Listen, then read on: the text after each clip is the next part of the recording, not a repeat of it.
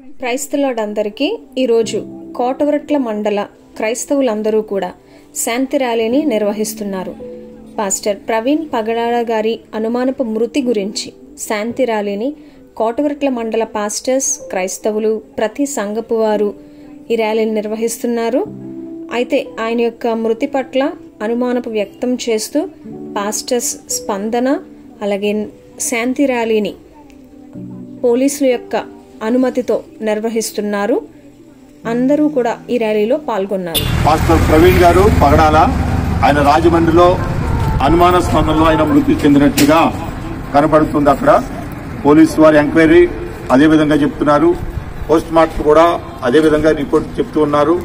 అలాగే అక్కడున్న ఇతర నాయకులు కూడా అదే విధంగా చెప్తూ ఉన్నారు. ప్రతిదీ కూడా అనుమానాస్పదంగానే చెప్తూ ఉన్నారు. ఇది యాక్సిడెంట్ కాదు, ఇది కంపల్సరీ జరిగిన విషయం, ఇదేదో హత్య జరిగిందని అందరూ చెప్తున్నారు. కాబట్టి కూటమి వారు దయచేసి ఇది గమనించి క్రైస్తవుల మీద అసభ్యకరమైన కార్యాలు, క్రైస్తవుల మీద దాడులు జరుగుతున్నాయి కాబట్టి నాయకులు గమనించి మాకు న్యాయము, క్రైస్తవుల మీద న్యాయం జరిగించాలని ఈరోజు ఈ కోటవట్ల మండలంలో మేమందరము కూడా ధర్నా చేస్తూ పోలీసు వారికి విన్నపాలు మేము చెప్తూ ఉన్నాం. క్రైస్తవ జనాంగానికి న్యాయాన్ని చేకూర్చాలని క్రైస్తవులుగా ఉంటున్న మేమందరం చాలా కోరుకుంటున్నాం. ఆ పోస్ట్ మార్టం రిపోర్ట్ ని త్వరగా ఇవ్వాలని మేము ఆశపడుతున్నాం. ఇలాంటి పరిస్థితిని ఇక ఎక్కడ మన రాష్ట్రంలో, మన తెలుగు 2 రాష్ట్రాల్లో అలాంటి పరిస్థితులు రానికుండా మన ఉమ్మడి అంటే కూటమి ప్రభుత్వం వారికి మేము తెలియపరిచేది ఏంటంటే, ఒక అధికారులుగా, ఒక ఎమ్మెల్యేలుగా, ఒక మినిస్టర్లుగా ఉంటున్న వారందరికీ మేము చెప్పేది ఏమిటంటే, క్రైస్తవులు మీకెవరికి అపకారం చేసే వాళ్ళు కాదు, ఉపకారులు అని గుర్తెరిగి వారికి తగిన న్యాయం చేకూర్చాలని కోరుతున్నాం. ఎందుకంటే గొప్ప దైవజనుని కోల్పోయాం.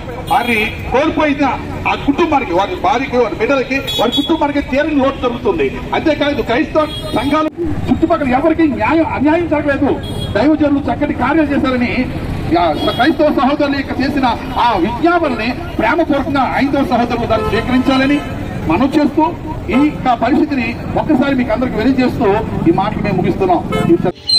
దేవుని బిడ్డలారా, ఈ యొక్క సమయంలో కోటవట్ల మండల పాస్టర్స్, అదే రీతిగా సంఘాలు అందరూ కలిసి సంయుక్తంగా ఈ దినమున ఒక ప్రత్యేకమైన కార్యక్రమాన్ని నిర్వహించడానికి ఏర్పాటు చేయడం జరిగింది.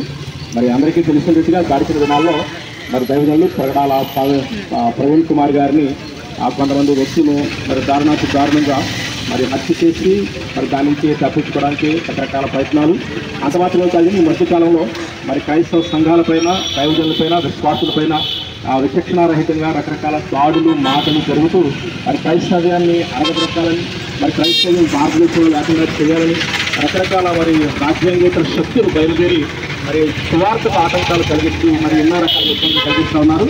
దీని విషయమై ఎంత ఇబ్బందులు కలిగిస్తున్నప్పటికీ ప్రవీణ్ గారికి, దైవతల్లి ప్రవీణ్ గారికి, దైవతల్లి ప్రవీణ్ గారికి క్రైస్తవులపై హింసలు, క్రైస్తవులపై హింసలు, క్రైస్తవులపై హింసలు. 2 తెలుగు రాష్ట్రాల క్రైస్తవ సమాజానికి గలంగా ఉన్నటువంటి పాస్టర్ ప్రవీణ్ పగడాల గారు ఇక లేరు. కానీ ఇప్పుడు అనేక మంది క్రీస్తు గలంగా మారటానికి, అలాగే న్యాయం కొరకు క్రీస్తులో ఐక్యతగా నిలబడుటకు కారణమైంది ఆయన మరణం.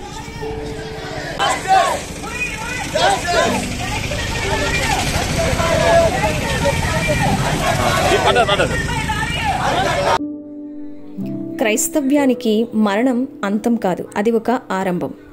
ఎలా అయితే యేసుక్రీస్తు ప్రభువు అన్యాయపు తీర్పు పొంది శిలువ మరణం అయిన తరువాత సువార్త అత్యధికంగా ప్రబలిందో, అనేక మంది క్రీస్తును అంగీకరించడానికి కారణమైందో, నేడు అనేక మంది మన తెలుగు రాష్ట్రాలలో క్రీస్తు కొరకు సాక్షులుగా నిలవబడుటకు కారణమవుతుంది ప్రవీణ్ గారి యొక్క మరణం.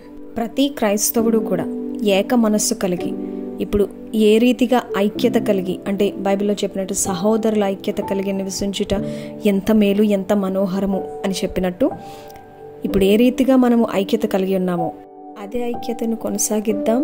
అందరికీ ప్రైజ్ ది లార్డ్.